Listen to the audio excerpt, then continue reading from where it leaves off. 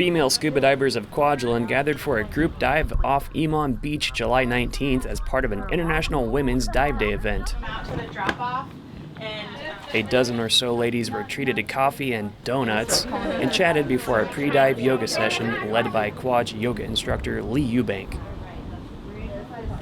Richard Byler, the event organizer, sipped from his cup and told us about the event.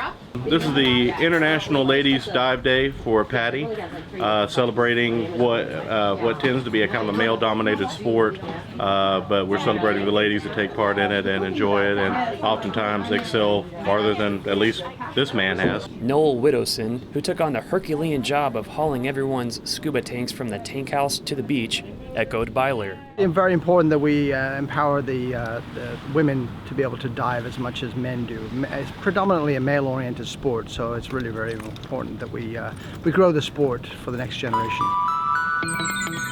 The divers geared up, performed their safety checklists, and grabbed a final swig of caffeine before splashing into the lagoon. I'm so excited about drinking coffee and eating donuts and going diving!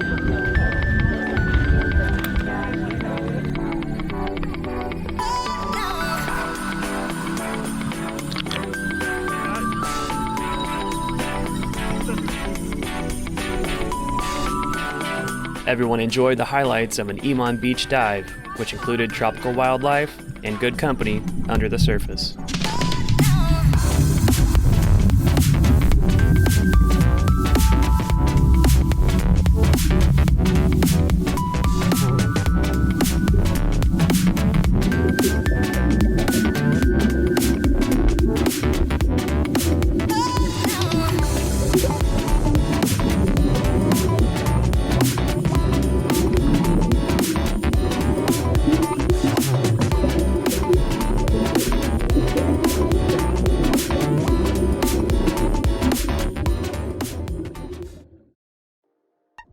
With the cases of COVID continuing to increase in the states, USACA has taken precautions to prevent the infection from spreading here to the Marshall Islands. New arrivals to the island are immediately placed into quarantine and are tested for the coronavirus before release. The USACA Medical Lab has received the proper equipment and material to test for COVID right here on island.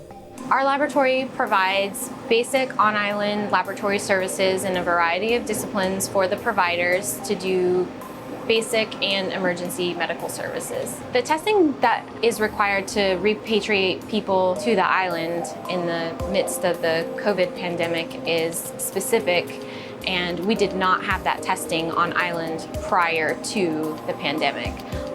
So we did have to get new testing methodology, new instruments on island.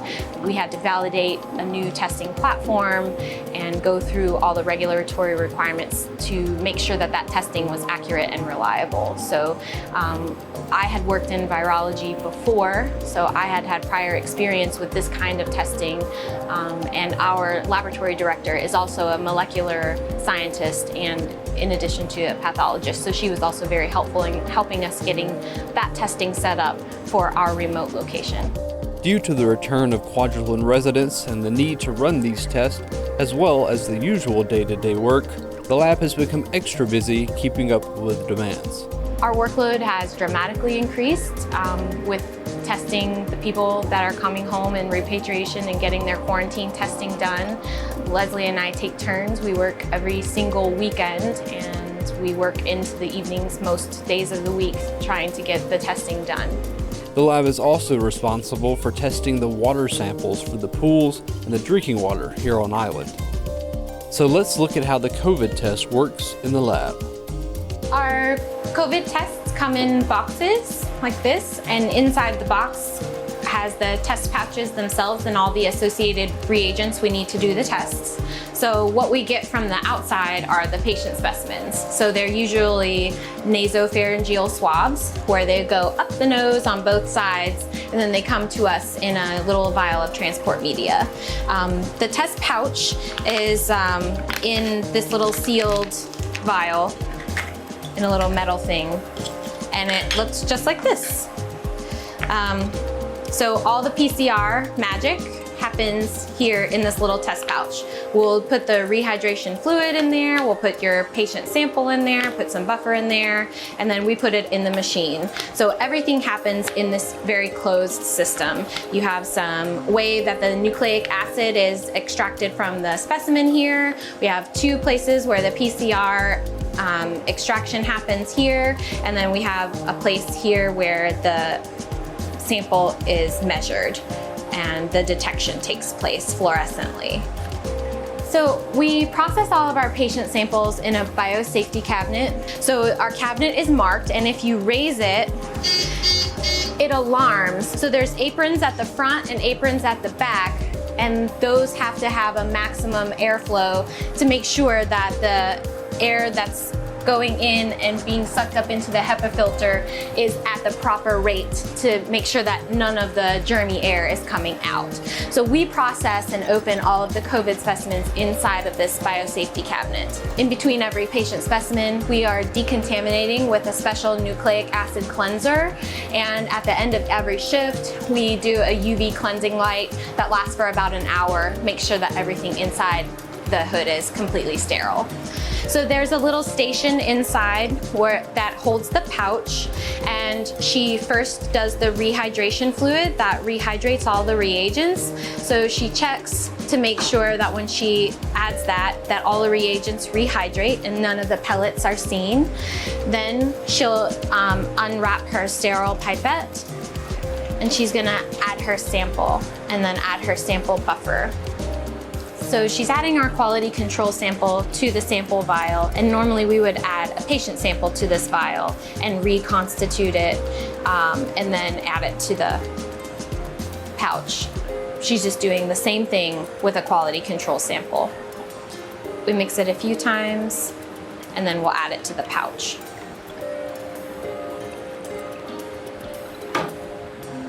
Just making sure everything rehydrates. She'll go ahead and throw everything in the biohazard trash, and then she'll change gloves prior to taking the pouch out and putting it in the instrument. This is another way to make sure we are not contaminating. So she's gonna take the pouch and put it into the BioFire machine. She'll scan the pouch barcode. That's gonna give the instrument the knowledge it needs about what lot number, what type of pouch you're running. She's gonna input some patient data and then start the test. Every test takes about 45 minutes, and after the test runs, the report automatically prints out.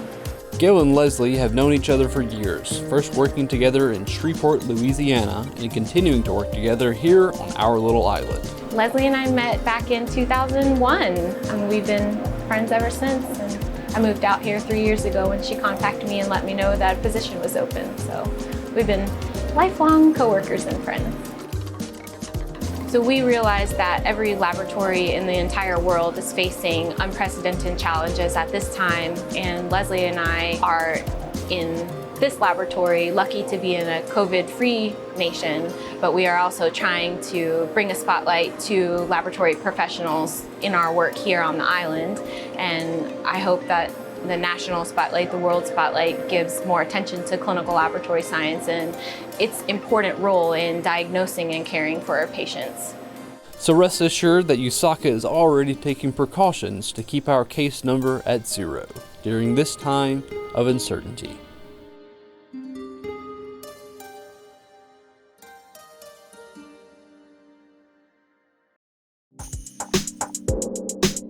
U.S. Ambassador for the Marshall Islands Roxanne Cabral made the rounds as she visited the island of Ibay.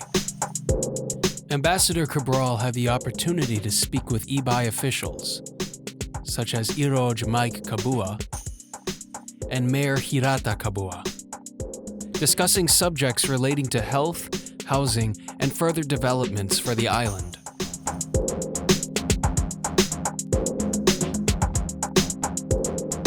Cabral had the opportunity to visit Beach Park, as well as various construction projects.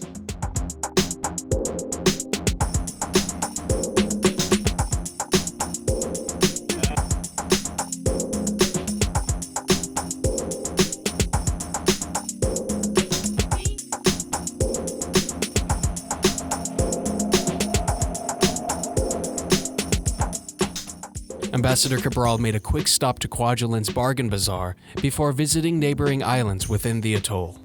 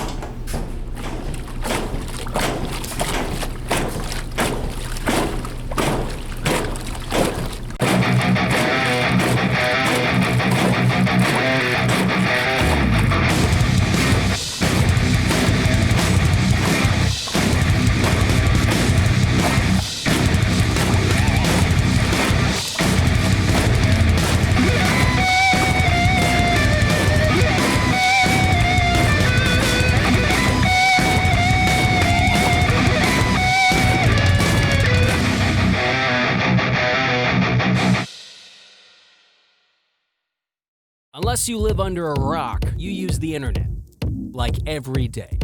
That's why residential internet is available island-wide. For $87.50 each month, you can access the unlimited knowledge the online universe has to offer. Or after a stressful day on the job, just sit back and fill your brain with memes for hours at a time. Head to the cashier at Building 702 and pay the balance by the 9th of the billed month to avoid a $15 late fee.